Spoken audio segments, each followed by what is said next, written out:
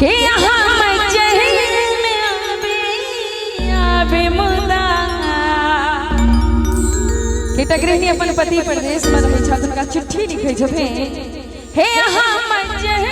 में आवे मुदा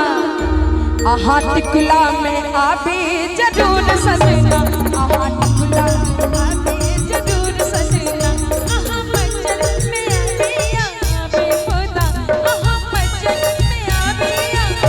मुदा आहा टिकुला में आवे जरूर सजना आहा टिकुला में आवे जरूर सजना।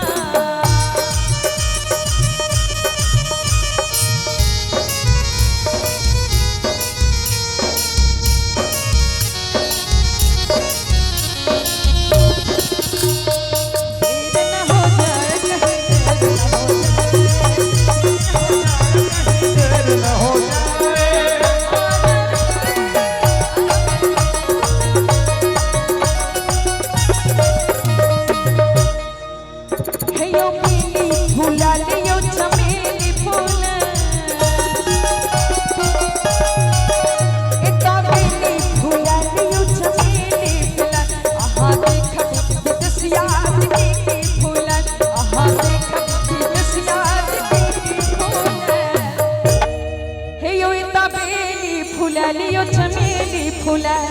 आहा देखब विदेशियाज के फूला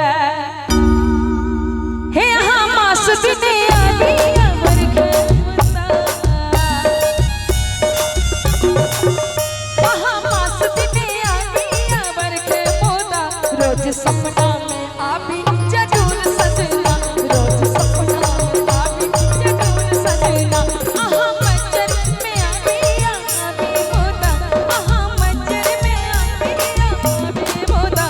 हाथ खुला में आवे जरूर सजना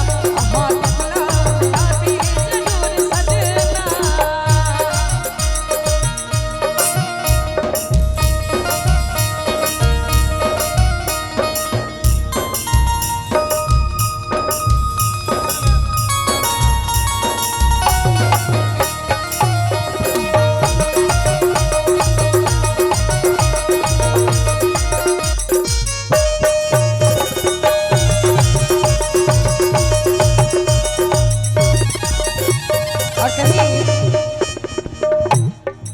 कि कहाँ के नौकिया भेलो वाला मास बहिया जा अच्छा लोग कि कहाँ के नौकिया भेलो वाला मास बहिया जा रे जा रे जा रे जा ना आवी रे जइयो घर बा तुअर वाली जान रे जा